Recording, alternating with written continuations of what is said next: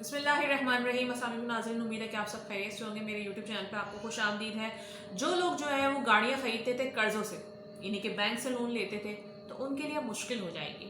اور اب ان کے لیے مشکل یہ ہوگی کہ جو لوگ پاکستان میں بنی ہوئی گاڑیاں، جو اسمبلنگ پاکستان میں ہوتی ہے گاڑیوں کی، اگر وہ لیتے ہیں تو اس پہ جو ہے وہ ان کے لیے قرضہ بہت آسان ہوگا، وہی پرانی شرائط ہوں گی۔ لیکن جو لوگ لیکن وہ بھی 30 لاکھ سے اوپر جو ہے نہیں لے سکیں گے قرضہ گاڑی کے لیے۔ اور اس کے علاوہ اگر وہ لوگ امپورٹڈ گاڑیاں لے رہے ہیں اور قرضے پہ لے رہے ہیں تو پھر ان کے لیے بہت مشکل ہوگی، کیونکہ اس کی بہت سختی کر دی گئی ہے۔ اس کے علاوہ جو ہے وہ ڈپازٹ کا جتنے بھی ATM کارڈز ہو گئے، کریڈٹ کارڈز ہو گئے، ڈیبٹ کارڈز ہو گئے، ان سب کی قواعد و ضوابط بھی بہت زیادہ مشکل کر دیے گئے ہیں ہمارے سینٹرل بینک یعنی کہ اسٹیٹ بینک آف پاکستان کی طرف سے۔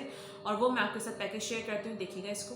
مرکزی بینک سے جاری کردہ اعلامیہ کے مطابق محتاطیہ ضوابط میں تبدیلیوں کے تحت درآمد شدہ گاڑیوں کے لیے قرضوں کو ممنوع قرار دے دیا گیا ہے، اور ملک میں 1000 cc انجن کیپیسٹی سے زائد کی گاڑیوں کے قرضوں کے لیے قواعد سخت کر دیے گئے ہیں۔ اسی طرح صارفین کو جاری کیے جانے والے قرضوں میں پرسنل لون اور کریڈٹ کارڈز کے قرضوں پر بھی ضوابطی تقاضے سخت بنائے گئے ہیں۔ اس سلسلے میں گاڑیوں کے قرضوں کی زیادہ سے زیادہ مدت 7 سال سے کم کر کے 5 سال کر دی گئی ہے، اور ذاتی قرضے کی زیادہ سے زیادہ مدت 5 سال سے کم کر کے 3 سال کر دی گئی ہے۔ اسٹیٹ بینک نے ڈیٹ برڈن ریشیو کا زیادہ سے زیادہ تناسب، جس کی قرض کی کو اجازت ہوتی ہے 50% سے کم کر کے 40% کر دیا ہے۔ اسی طرح ایک فرد کے لیے تمام بینکوں اور مالیاتی اداروں سے گاڑیوں کے قرضے کی مجموعی حد 30 لاکھ روپے سے زیادہ نہ ہوگی، اور گاڑی کے قرضے کے لیے کم از کم ڈاؤن پیمنٹ 15% سے بڑھا کر 30% کر دی گئی ہے۔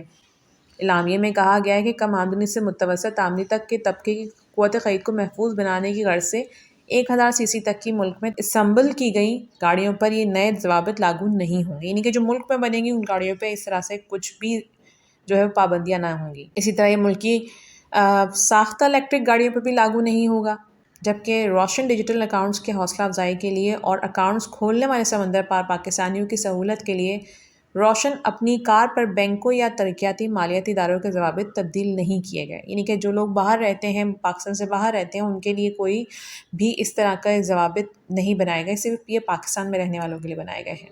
آپ نے دیکھا کس طریقے سے جو ہے وہ پاکستان کی طرف سے، پاکستان کے اسٹیٹ بینک کی طرف سے، بینکوں کی طرف سے جو ہے، کیونکہ آپ کو پتہ ہے کہ IMF کا بہت بڑا رول ہے اس کے اندر، اور اس لیے جو ہے وہ سب چیزیں، بہت ساری چیزیں جو ہے وہ سخت کی جا رہی ہیں۔